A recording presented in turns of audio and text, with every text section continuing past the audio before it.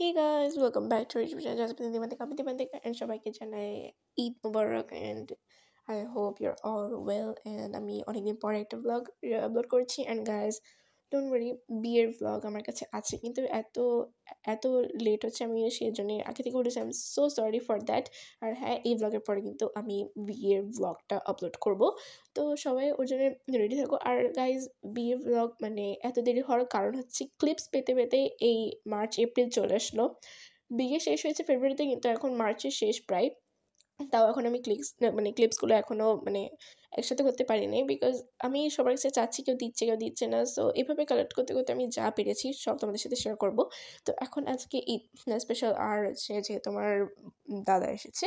তো ভাবছিলাম যে একটু কোথাও ঘুরতে যাওয়া যায় আমরা যশোরেই যাচ্ছি আউট অফ স্টেশন কোথাও যাচ্ছি না তো আমরা যশোরে অনেকদিন ধরে শুনছিলাম যে ভরতলজার একটা দেউল মানে একটা বৌদ্ধ মন্দির আছে তো সেই জায়গাটা যাওয়ার অনেক ইচ্ছা যেহেতু যশোরে সেরকম ঐতিহাসিক জায়গা সেরকম নাই অ্যান্ড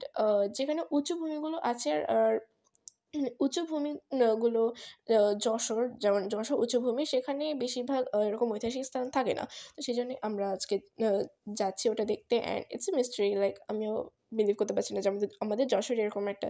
মানে এরকম আর কি বৌদ্ধ বিহার আছে so we need to see আর এখন হচ্ছে আমরা যাচ্ছি এদিকে আমরা পৌঁছে গেছি গাছ থেকে কথা বলতে বলতে দেখতে পাচ্ছ এটা পাহাড়পুরের মতো আর এটা পাহাড়ের মতো নয় তবে দেখতে পাচ্ছ হালকা বিল্ডিং হালকা পাহাড় আর গাইস ঈদের দিন এত ভিড় ছিল মানে কি বলবো তাও কষ্ট করে ব্লগ করেছি আর কিছু ফটোজ দিয়েছি দেখতে পাচ্ছ গাইস কত উঁচুতে এটা মানে তৈরি হয়েছে আর এর নিচে আরও মানে আমাদের গাইড বলছিল যে এটা নাকি আরও নিচে নেমে গিয়েছে সো আই ওয়াজ থিঙ্কিং নেমে গেছে তাহলে আর কত উঁচু হবে সো গাইস এখানে দেখতে পাচ্ছ এটা আমি আর এটা আমার মা আর এইটা হচ্ছে একটা জানালার মতো ছিল কিন্তু এটা আর কি এরকমই আছে তো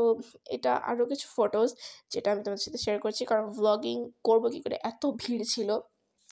আর মানে ফোনটা বের করতেই ভয় করছিল আর এখানে কিছু ফটোস আর গেস করো এটা কোন জায়গার তারপরে এর মানে ব্লগ আসছে ডোন্ট লাইক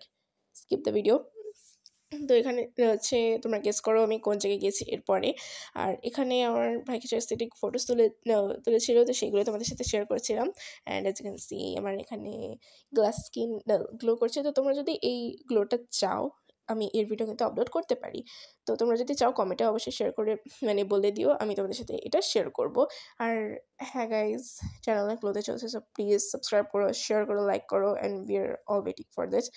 তো চলো এবার বলে দিই তো আমরা ওখান থেকে বেরিয়ে ভাবলাম যে কেশবপুরে এটা আছে তো কেশবপুর থেকে আর কি আছে ইয়েস সাগরদাড়ি মাইকা মধুসূদনের বাড়ি তো মাইকা মধুসূদন দত্তের বাড়িতে আমরা গিয়েছিলাম অ্যান্ড যদি তোমরা গেস করতে না পারো তাহলে আমি বলে দিয়েছি আর যদি এর আগে গেস করে দিয়েছো তাহলে কমেন্টে অবশ্যই জানিয়ে দিও আর কারা কারা সাগরদাড়ি গিয়েছো তো অবশ্যই কমেন্টে বলে দিও আর হ্যাঁ গাইস এইটা আমি একটা স্পেশাল কথা বলতে চাই যদি তোমরা যশোরে ভালো জায়গা ঘোরার জায়গা খুঁজছো অবশ্যই কেশবপুরে ভরত রাজার দেউ তারপর সাগরদাড়ি এইসবে যেতে পারো আর কেশবপুর মানে দেউলের আগেই কিন্তু সাগরদাড়িটা পড়ে তো তোমরা যদি হচ্ছে ওইটা যাও তাহলে রাস্তায় কিন্তু সাগরদাড়িটা পড়বে তো তার মধ্যে সাগরদাড়িতে তোমরা ঘুরে যেতে পারো অথবা দেউলে যেতে পারো তো এটা লাইক রাস্তার মানে মাঝেই পড়বে যদি হচ্ছে যশোর সদর থেকে তোমরা যাও তাহলে সাগরদাড়ি কিন্তু রাস্তার মাঝে পড়বে তারপর ভারত আছে দেউল পড়বে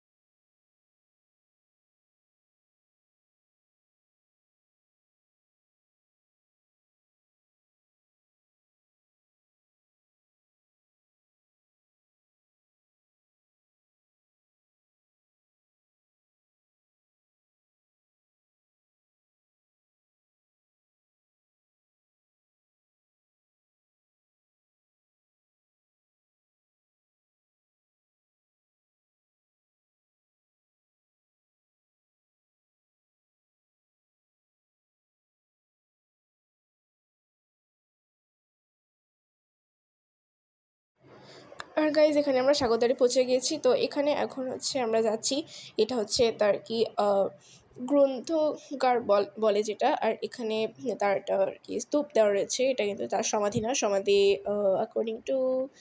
মাই দাদা সমাধি ইজ ইন দেয়ার। তো এটা হচ্ছে তার আর কি বাড়ি। তো এখানে এটা হচ্ছে তার কাকার বাড়ি ছিল। দেখতে পাচ্ছ গাইজ এত পুরনো বিল্ডিং এখনও ঠিকঠাক আছে, আর পুরনো কালের এস্থেটিক্সগুলো সেই ছিল। আর এখানে দেখতে পাচ্ছ সরি, এটা হচ্ছে আমাদের মানে ওই ভিতরে একটা এস্থেটিক শর্ট তোমাদেরকে দেখালাম। আর এটা হচ্ছে সেই পুকুর, আর এই পুকুরের মধ্যে এত বড় বড় মাছ, কী মাছ তোমরা গেস করো দেখো গাইস কতগুলো মাছ রয়েছে, আর এত বড় মাছ কোথায় হবে। আর এটা হচ্ছে সে সাগরদাড়ি